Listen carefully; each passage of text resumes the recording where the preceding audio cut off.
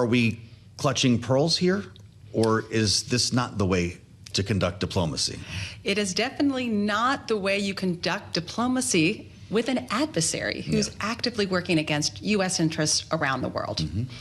I think what this captures is not, we sort of knew that the last person in the president's ear shapes the president. We know that Mr. Witkoff, since his first trip to Moscow in February and repeated visits, supports the Russian side. We've known that too. But to see it so starkly in this transcript, to understand how buddy-buddy and close the relationship is, it's really, it works so actively against U.S. national interest and national security that it's quite breathtaking. Yeah, well, gosh, we know that Witkoff has spent a lot of time with Vladimir Putin. They had one meeting, I think, in excess of 6 hours. He says in this transcript, make sure you tell him how much I respect him. So we obviously know that they're getting along pretty well. Is there some strategy here by President Trump to send Witkoff to be good friends with Vladimir Putin? You handle that side.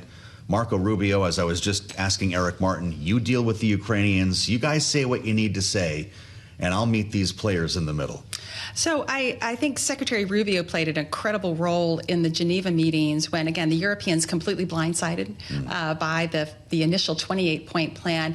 And that was very important to get something, and the 19-point plan to come forward. But I think Army Secretary Driscoll is now the new envoy for Ukraine. He was the first one to deliver it. He's now back. And of course, General Kellogg, who was the special envoy for Ukraine, is retiring in January. He's out of the picture. So I'm not sure where Secretary Rubio is in this moment. For the Secretary of State? As an acting National Security Advisor and Secretary of State, he needs to be part of this conversation. And I attended the Halifax International Security Forum over the weekend when Senator Rounds, Senator Shaheen had a conversation with Secretary Rubio, and it was very clear that the U.S., this was not the U.S. plan, the original 28-point plan, and then he reversed that. So I think it's unclear where Secretary Rubio is on this. Then you have Jared Kushner parachute in, and we've got a lot of people who are dealing with a lot of different outcomes.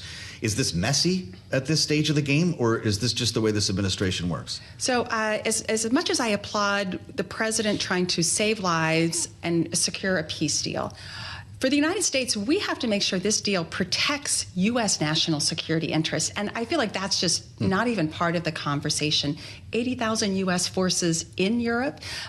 We are seeing an intensity of Russian attacks in Europe, Polish railways sabotage, drones going over U.S. installations in Europe. We have the Russians helping Maduro in Venezuela, the Iranians, the North Koreans. This is bigger, and we have to make sure this deal protects the United States, protects our allies. It's not just a deal for the sake of a deal, and particularly a deal that supports Russia's worldview. It's a big deal. You just connected a lot of dots there. Is Witkoff talking to Putin about Venezuela while he's in the room as well? See, this is the disconnect of having so many things very narrowly negotiated. This is really about the future of the international system. And do we want countries to be able to invade other countries, create spheres of influences, buffer zones, or do we believe that sovereignty and territorial integrity is absolutely essential in the future of the international system? That's what this fight's about. Well, are you getting spooked by the idea of a security guarantee in Article 5 type of security guarantee that would involve U.S. forces, or is that the only way to end this? Well, and it's interesting, the original 28-point plan really did lean forward about providing Ukraine security guarantees. Big question mark about the U.S. involvement in that. But that is the key to unlocking the peace deal. We have to make Ukraine able to defend itself from future Russian attacks. And quite frankly, if we're thinking about an Article 5-like environment, why aren't we talking about bringing Ukraine into NATO? Because it's the same thing, right? Kind of a logical extension of the conversation. Absolutely. And as these attacks continue to go into Poland, into Romania, quite frankly, NATO really needs to step up significantly, not only to defend NATO territory, but increasingly NATO territory is going to start to begin in Ukraine. Tell us more about Dan Driscoll. This is fascinating to me that this young Army secretary with no diplomatic experience is finding himself on the other side of the table from the Russians. He's been the Ukraine whisperer, apparently. President Trump was very impressed by him. He's got long history and went to school with, I believe, J.D. Vance. Yeah. Is he the right man for this job?